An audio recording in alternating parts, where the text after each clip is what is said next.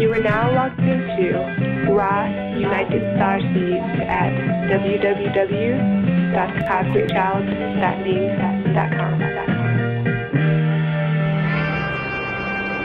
In the burning sands of northern Africa, beneath a hot desert sun, a powerful kingdom thrived for thousands of years. Strong kings and queens built massive temples and buried their dead in pyramid-shaped tombs. But this is not Egypt, and the people who made these monuments were not ancient Egyptians. This is the Sudan, the largest country in Africa and the birthplace of Nubia, a golden kingdom nourished by the Nile. At that time, it was the largest country of the whole world. It was an empire, a real empire. An empire with a language that scholars still can't read. Lost in the shadows, the history of ancient Nubia has remained a mystery until now.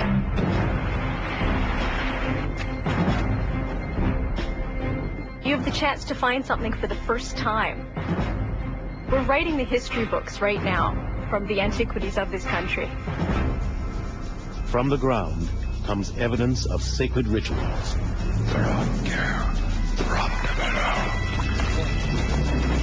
An ancient crime scene. It looks as if someone has deliberately come and smashed this altar into many, many pieces. And a ruthless invasion that may have brought down the powerful empire.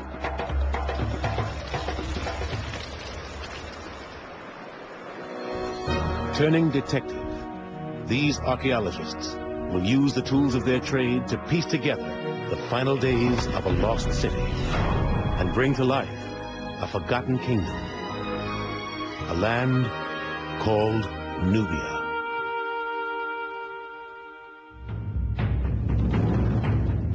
Ancient Nubia began to emerge as a powerful state in what is now Sudan around 2000 BC. Not long after the first Egyptian dynasties had forged their own nation farther to the north.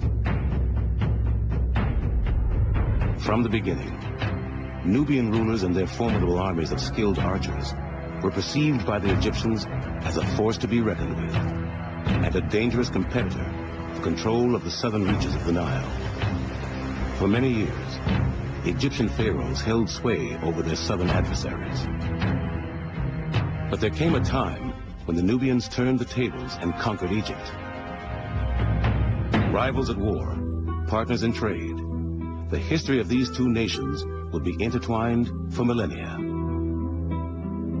Today, it's the Egyptians who bask in the limelight, but the story of one of their greatest rivals is beginning to emerge from the shadows. The Nubians were African, sophisticated and artistic. They flourished independently of Egypt for thousands of years. Rich veins of gold brought Nubian rulers great wealth. Artists excelled at fashioning the precious metal into jewelry to adorn their royal patrons. Ceramics produced by Nubian potters were considered some of the finest in the ancient world. Nubian architects not only built temples to a unique pantheon of gods, they also revitalized Egyptian traditions. Today, Sudan has nearly 3 times as many pyramids as Egypt. When I think about all those powerful kings who ruled over the Sudan, I like very much that those people would have been my ancestors. Always I feel I am part of them.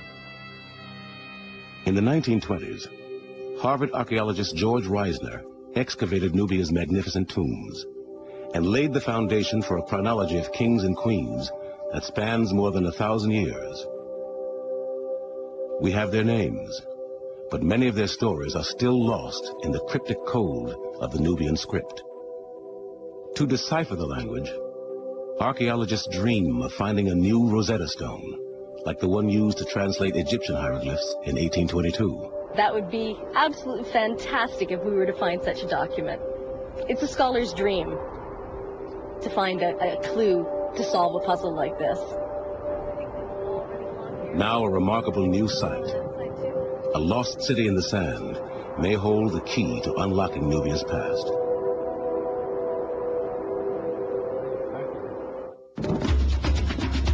Archaeologists Julie Anderson and Salah Ahmed must travel 220 miles north of Khartoum. It takes 9 dust-choked hours to reach their destination, the modern village of Dangail. The site lies hidden beneath mysterious mounds of sand near the center of town.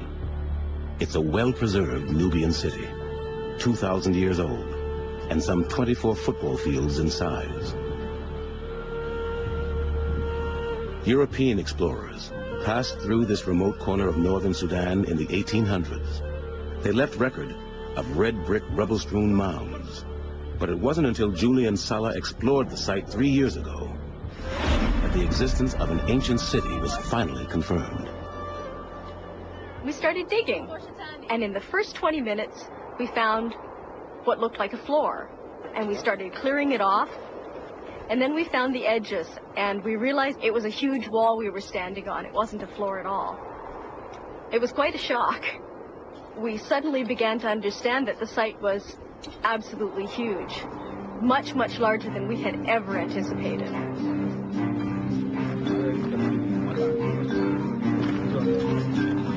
Unearthing the city will take many years, a huge workforce, and the hefting of countless buckets of sand.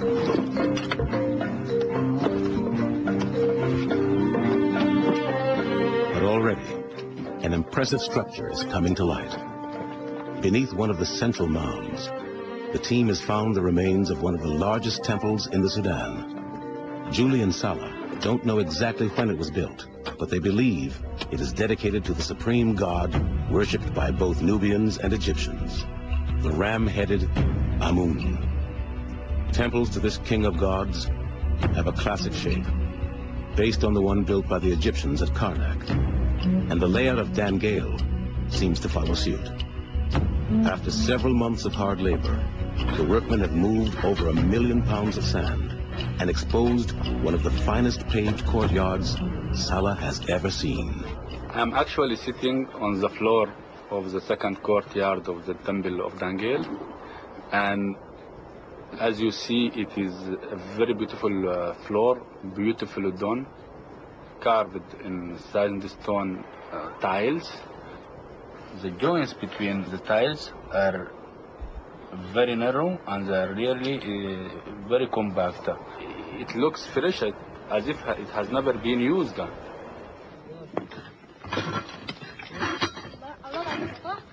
In another part of the temple, Julie has unearthed the remains of a large sandstone column. Buried for centuries, carved figures have been protected from the abrasive power of wind and sand.